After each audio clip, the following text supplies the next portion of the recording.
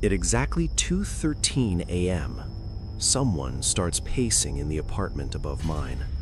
Every night, same time, same footsteps, slow, measured, back and forth. The problem is, I live on the top floor, and the night I finally went upstairs to check, I found a door on the roof that wasn't supposed to exist. I moved into the building because it was cheap. Not suspiciously cheap, just the kind of rent that makes you stop looking for better options. It was an old concrete building on a quiet street, 3 floors, narrow stairwells, yellowing hallway lights that flickered for a second before turning on. The place smelled faintly like old paint and damp cement. Nothing about it felt unusual, just old. My apartment was 3B, top floor. When I signed the lease, the landlord mentioned it casually. "No neighbors above you," he said while sliding the keys across the desk. "Just roof access." At the time, that sounded like a bonus. No noisy footsteps, no furniture dragging across the floor at night, no loud music vibrating through the ceiling, just silence. For the first week, that's exactly what I had. Silence. Then on the 8th night, I woke up suddenly. No reason, no noise, just that strange feeling you get when something pulls you out of sleep. I checked the clock on my phone, 2:13 a.m. That's when I heard it. Footsteps, right above my bed. At first, I thought it was coming from outside, maybe someone walking on the roof. But these weren't random steps. They followed a pattern, back and forth,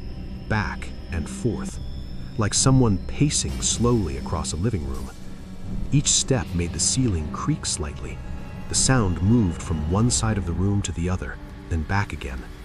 I held my breath and listened. It lasted exactly 7 minutes.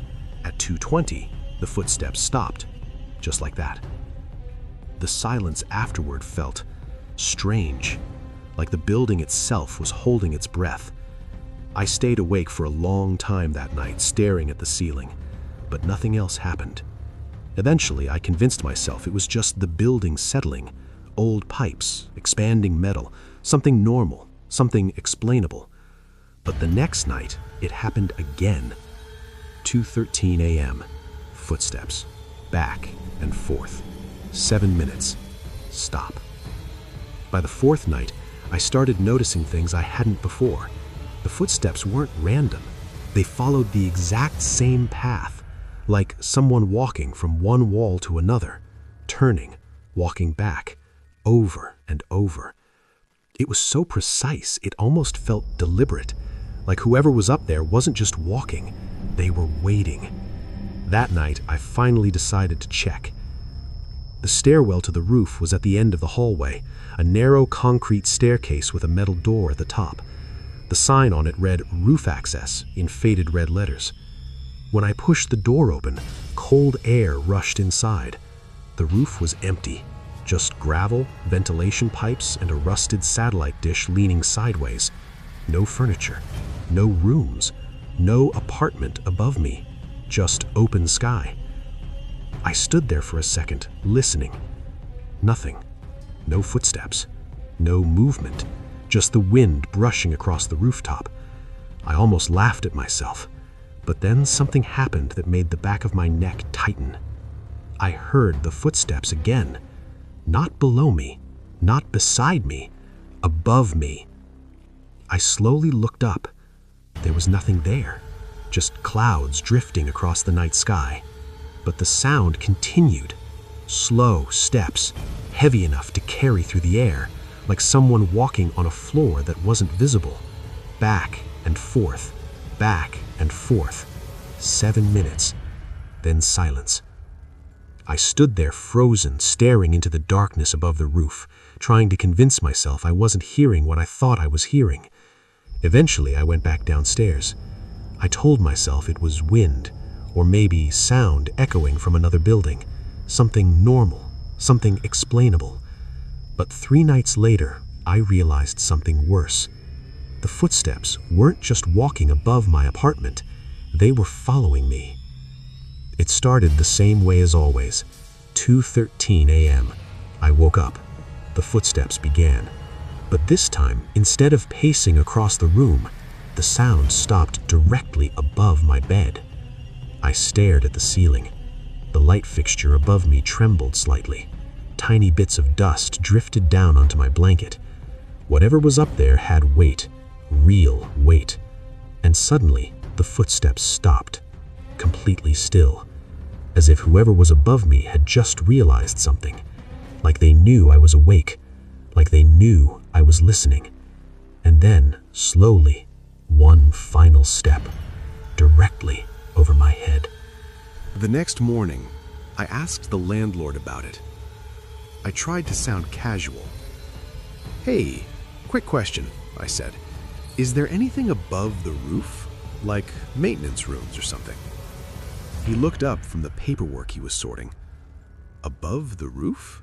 he repeated. "Yeah, I keep hearing footsteps at night." For a second, he didn't say anything. Then he shook his head. "No apartments above you," he said. "Just the roof." I nodded slowly, but before I could leave, he added something else. "Don't go up there at night." That was it. No explanation, no curiosity about the footsteps, just that warning. For the next few days, I tried to ignore it, but every night at 2:13 a.m., the footsteps came back. Same slow pacing, same 7 minutes. Sometimes it sounded like whoever was walking had stopped right above my bedroom, standing still, listening. The worst part wasn't the sound, it was the pattern. It never changed, not once, until the night it did. That night I woke up at 2:13 a.m. again, but the footsteps didn't start immediately. Instead, there was silence, a long, heavy silence. Then, one step.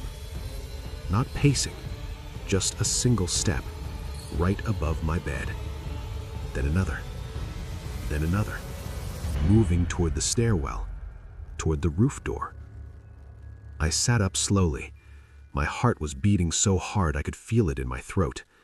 The footsteps continued, leading away from my apartment, and for some reason, I felt something pulling me to follow them. So I grabbed my flashlight and stepped into the hallway. The building was silent, too silent. Even the usual hum of the hallway lights seemed gone. I walked to the stairwell and started climbing. Each step echoed through the narrow concrete space. When I reached the top, the metal roof access door was slightly open, just a few inches. It had never been opened before. I pushed it slowly. The roof looked different that night. The clouds covered the moon, and the wind had died completely. The air felt thick, heavy, like the world was holding its breath. I stepped onto the gravel, and that's when I saw it. A door, standing alone near the far side of the roof. Just a door. No walls, no frame connected to anything. Just a wooden door planted upright in the middle of the rooftop gravel. I knew it hadn't been there before. I had walked across that exact spot days earlier. There had been nothing there. But now, there it was. And the footsteps were coming from the other side. Slow, patient, like someone pacing inside a room that shouldn't exist. I approached it carefully. Each step felt heavier than the last. The door looked old, scratched wood, faded paint, a brass handle that looked worn from years of use. But that didn't make sense, because the building didn't have a fourth floor. I stood there for a long moment, staring at it. Then, the footsteps stopped, completely, and from the other side of the door, I heard breathing, slow, deep, waiting. Something about that sound made my stomach twist. Every instinct told me to walk away, but curiosity is a powerful thing, and before I could stop myself, I grabbed the handle and opened the door. It didn't lead back to the roof. It opened into a hallway that looked exactly like the ones inside the building. Same yellow lights, same worn carpet, same peeling paint along the walls. But the apartment numbers were wrong. 4A, 4B, 4C, a fourth floor, in a building that only had 3.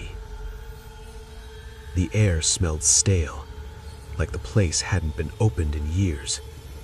Then I heard the footsteps again. They were coming from apartment 4B. The door creaked open slowly, and someone stepped out. He was tall, thin, pale in a way that didn't look healthy, like someone who hadn't seen sunlight in a long time. He stared at me with tired eyes. Then he smiled. "You're early tonight," he said. His voice sounded dry, like he hadn't spoken in days. My throat tightened. "What?" He frowned slightly. "You usually come up at 2:20, he said. My stomach dropped. "I've never been here before." The man studied my face carefully. Then his smile faded. "Oh," he said quietly, "you're the new one."